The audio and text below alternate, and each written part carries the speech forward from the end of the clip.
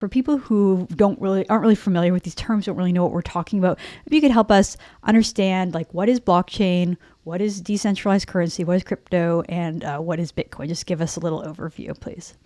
Yeah, I mean, I think without getting into the technical weeds, because you'll read a lot of stuff online that gets into language that most people will just glaze over at because it's a very technically heavy or a lot of technical jargon in this industry.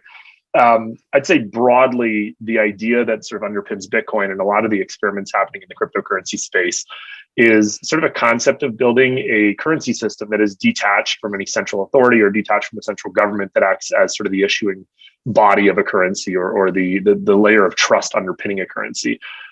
There's a technology that underpins a lot of these currencies that sort of broadly become known as blockchain technology.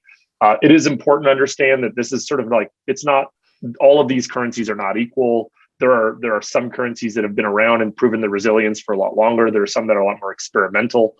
You'll hear lots of negative sort of skeptics in the media that will point to the examples of some of the more the big news items of frauds and scams and Ponzi schemes and others to try to distract people from sort of like what is the underlying technology and what's its potential.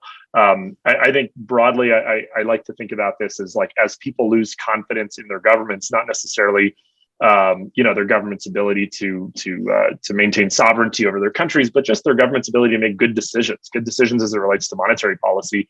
We're now being given a choice as to, are there other assets that we can flee into?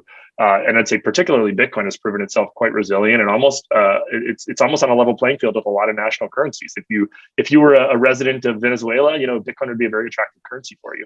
There's lots of debate around whether that translates to Canadians and whether that translates to Americans and other Western countries, but I think there is something to be paying attention to. And I think the risk that the conservatives last week really started to show is you want to be careful to not position yourself as sort of the party of the neophytes, like that anything that you don't understand and anything that is new, you automatically take a negative tone towards it. And I think Pierre is definitely standing out as somebody who at least, not only has an open mind, I think he actually very fundamentally understands what's going on in this space.